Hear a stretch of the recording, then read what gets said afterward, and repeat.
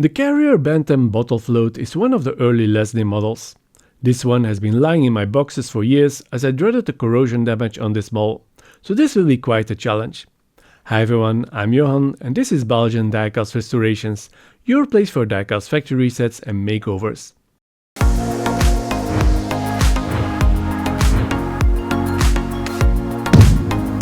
Welcome to Belgian Diecast Restorations.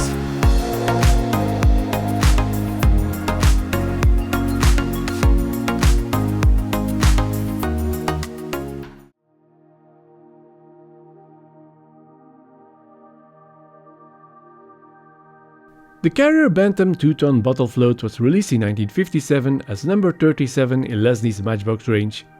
It was a very simple model with just a body, axles and wheels.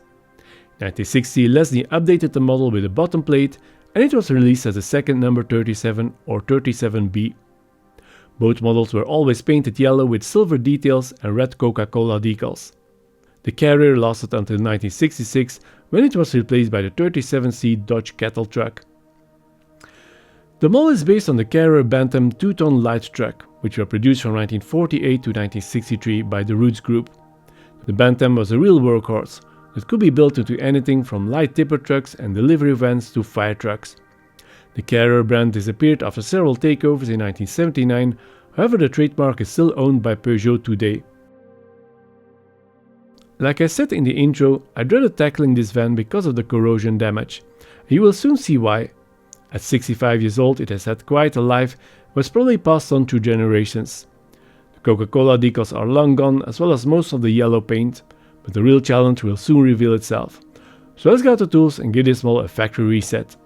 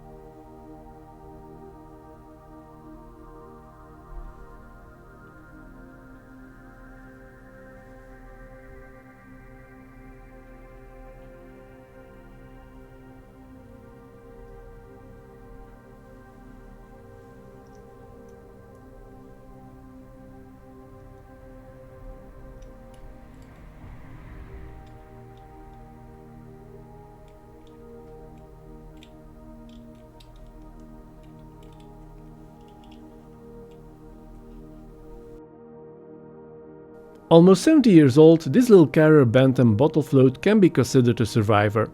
Barely hanging on for dear life, battling horrible corrosion, and close to losing its front axle, it was time it landed on my workbench.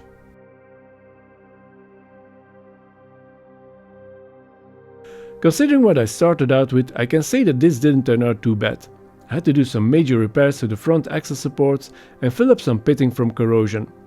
The medium yellow is spot on for this model, and I'm glad that my decals fit nicely.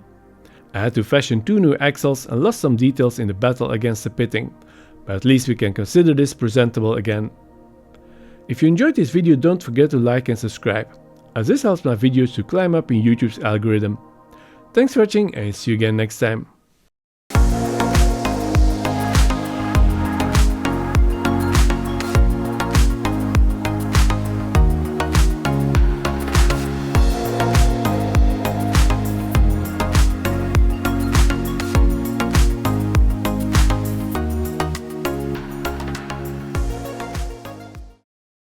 Belgian Diecast Restorations.